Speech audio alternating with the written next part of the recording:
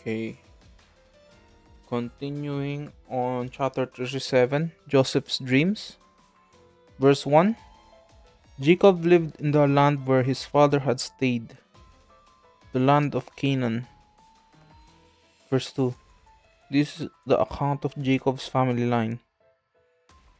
Joseph, a young man of 17, was attending the flocks with his brothers, the son of Bilhah and the sons of Zilpah,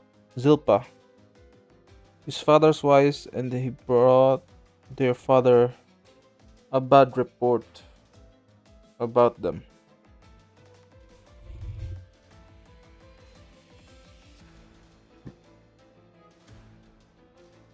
Now is verse 3. Now Israel loved Joseph more than any of his other sons, because he had been born to him in his old age, and he made an ornate robe for him. Verse 4. When his brothers saw that their father loved him more than any of them, they hated him and could not speak a kind word to him. Verse 5. Joseph had a dream, and when he told it to his brothers, they hated him all the more. Verse 6. He said to them, "Listen to this dream I had." Verse 7. Where we were binding sheaves of grain out in the field, when suddenly my sheaf rose and stood upright, while your sheaves gathered around mine and bowed down to it. Verse 8. His brother said to him, "Do you intend to reign over us? Will you actually rule us?"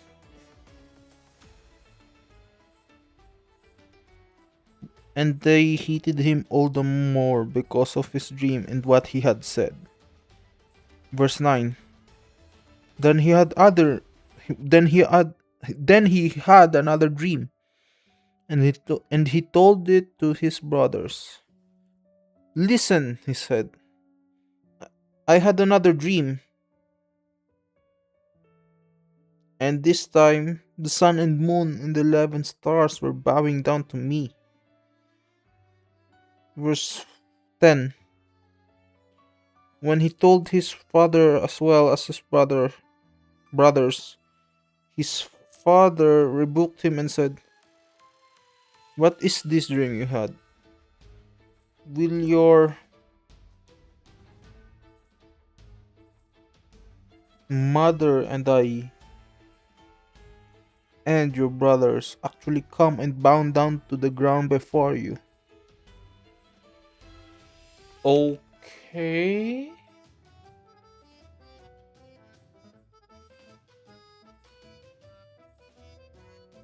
Is that a question or a book? Rebuke.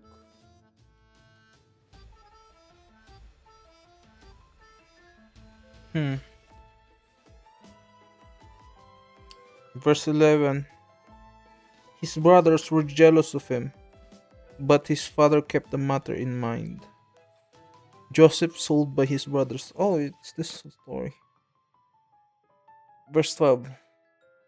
Now his sons, brothers, had gone to graze their father's flocks near Shechem. Verse 3. And Israel said to Joseph, "As you know, your brothers are grazing the flocks near Shechem. Come, I am going to send you to them." "Very well," he replied.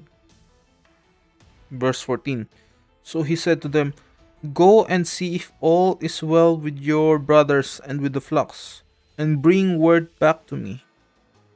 Then he sent him off from the valley of Hebron. When Joseph arrived at Shechem, verse 15, a man found him wandering around in the fields and asked him, "What are you looking for?" Verse 16, he replied, I am looking for my brothers. Can you tell me where they are grazing their flocks? Verse 17, they had moved on from here. The man answered, I heard them say, let's go to Dothan. So Joseph went after his brothers and found them near Dothan. But they saw him in the distance, and before he reached them, they plotted to kill him. Verse 19, here comes that dreamer, they said to each other. Verse 20, come now, let's kill him and throw him into one of these citizens, or one of these cisterns, and say that a ferocious animal devoured him. Then we'll see what comes of his dreams. Verse 21, when Reuben heard this, he tried to rescue him from their hands. Let's not take his life, he said. Verse 22, don't shed any blood. Throw him into the cistern here in the wilderness, but don't lay a hand on him. Reuben said this to rescue him from them and take him back to his father. I see.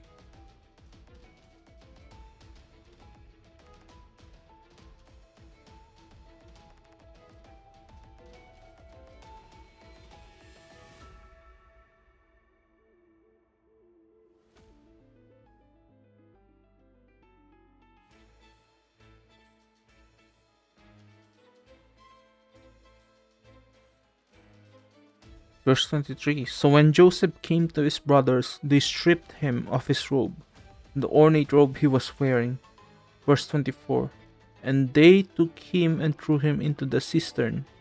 The cistern was empty, there was no water in it. As they sat down to eat their meal, they looked up and saw a caravan of Ishmaelites coming from Gilead. Their camels were loaded with spices, balm, and myrrh, and they were on their way to take them down to Egypt. Verse 26, Judah said to his brother, what? There's another Judah? I never knew that. I need to check. There's another Judah. There is.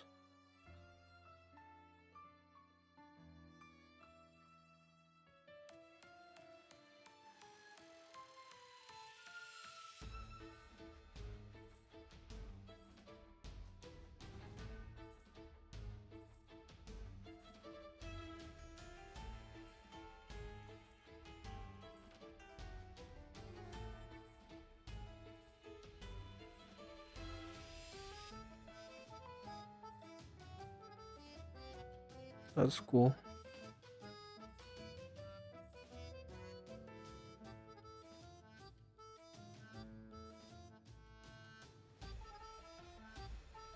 That's that's interesting. Okay.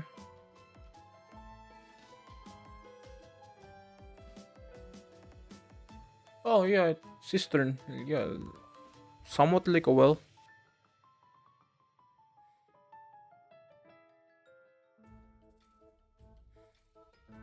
Verse 26, Judah said to his brothers, what will we gain if we kill our brother and cover up his blood?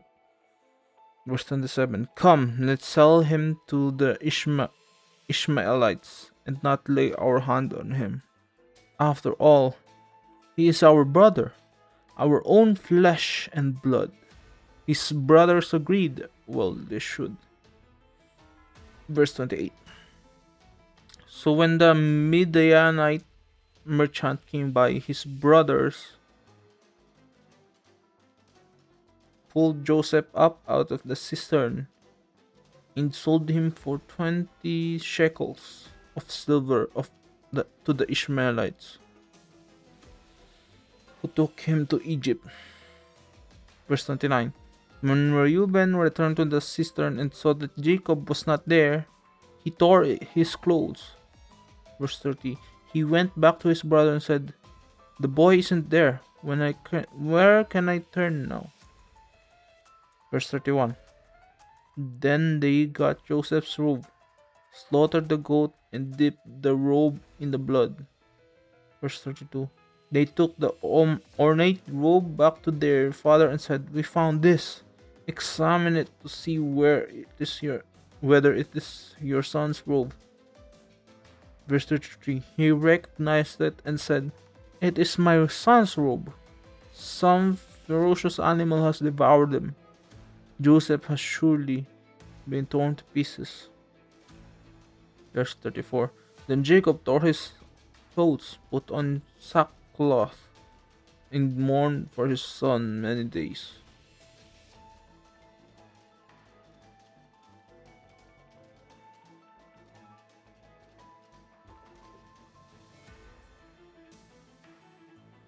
Verse 35. All his sons and daughters came to comfort him, but he refused to be comforted.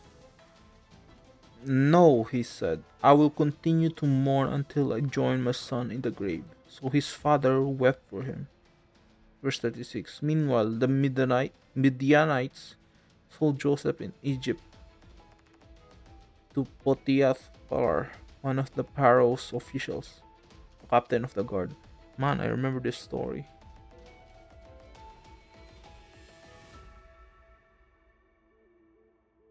Very, very long ago. 10 years from now?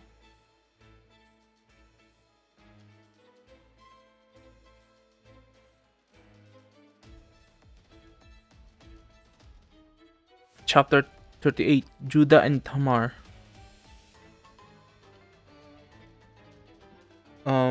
Verse 1.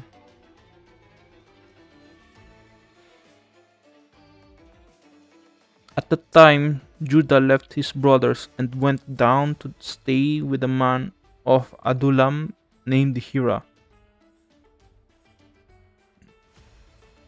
Verse 2. There, Judah met the daughter of a Canaanite man named Shua. He married her and made love to her. Verse 3. She became pregnant and gave birth to a son who was named Verse 4. She conceived again and gave birth to a son and named him Onan. Verse 5. She gave birth to still another son and named him Shelah. It was at KJB that she gave birth to him. Verse 6. Judah got a wife for his firstborn, and her name was Tamar. Verse 7. But Judah's firstborn, was wicked in the Lord's sight.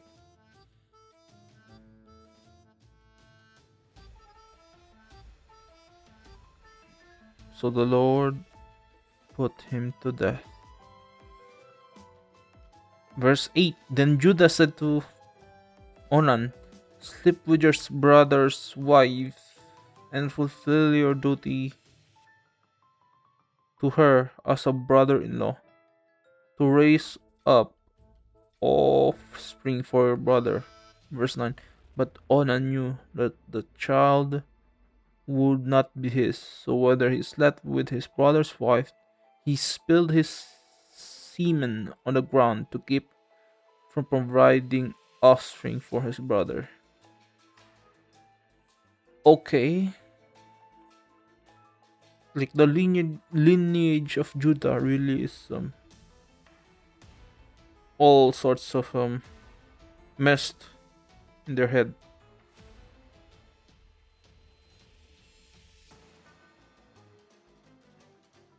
Verse 10. What he did was wicked in the Lord's sight, so the Lord put him to death also.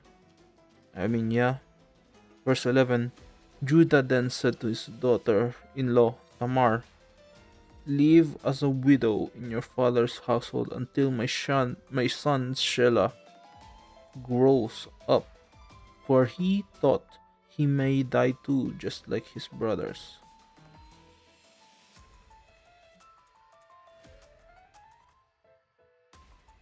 So Tamar went to live in her father's household. Verse 12. After a long time, Judah's wife, the daughter of Shua, died.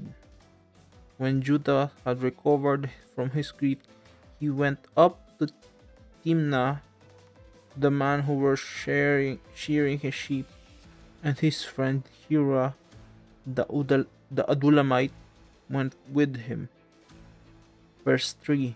When Tamar was told, your father-in-law is on his way to shear his sheep, she took off she took off her widow's coat to shear his sheep. Verse 14.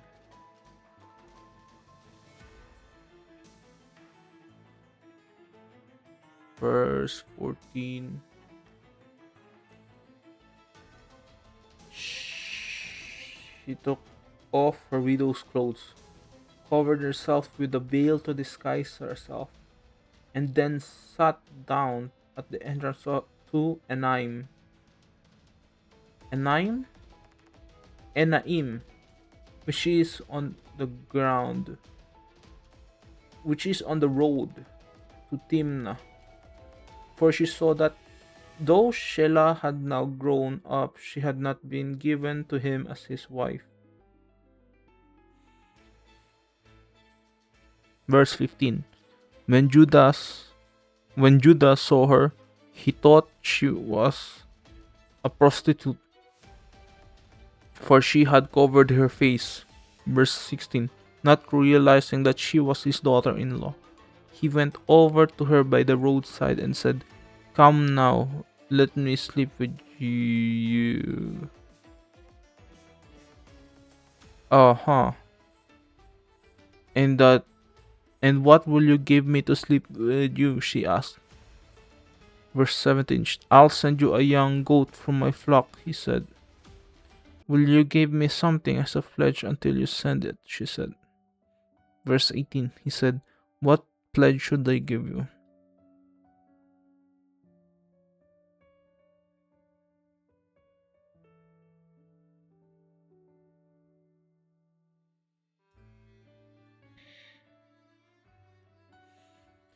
Your seal and its cord and the staff in your hand. She answered. So he gave them to her and slept with her, and she became pregnant by him. Verse 19. After she left, she took off her veil and put on her widow's clothes again. Verse 20. Meanwhile, Judah sent the young goat by his friend, the Adullamite, in order to get his pledge back from the woman. But he did not find her. Verse 21. He asked the men who lived there, where is the shrine prostitute who was beside the road at Enaim? There hasn't been any shrine prostitute here, they said. Verse 22. So he went back to Judah and said, I didn't find her. Besides, the man who lived there said there hasn't been any shrine prostitutes here. Verse 23. Then Judah said, let her keep what she has, or we will become a laughingstock. After all, I did send her this young goat, but you didn't find her. Verse 24. About 3 months later, Judah was told, your daughter-in-law Tamar is guilty of prostitution, and as a result she is now pregnant. Judah said, bring her out and have her burned to death. Yep. That's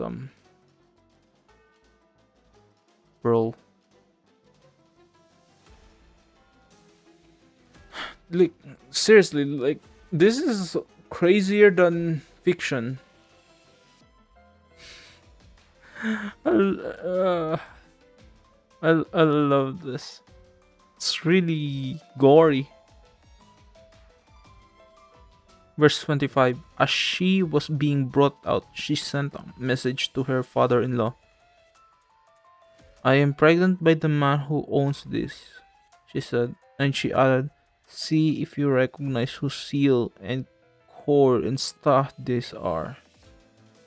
Verse 26. Judah recognized them and said, she is more righteous than I, since I wouldn't have given since I will give her to my son Shelah. Okay. And he did not sleep with her again. Verse 27. When the time came for her to give birth, there were twin boys in her womb. Verse 28. As she was giving birth, one of them put out his hand, so the midwife took a scarlet thread and tied it on his wrist and said, this one came out first. Verse 29. But when he drew back his hand, his brother came out. And she said, so this is how you have broken out. And he was named Perez. Verse 30. Then his brother, who had scarlet thread on his wrist, came out, and he was named Zerah. Okay, that's interesting. I'll be back again.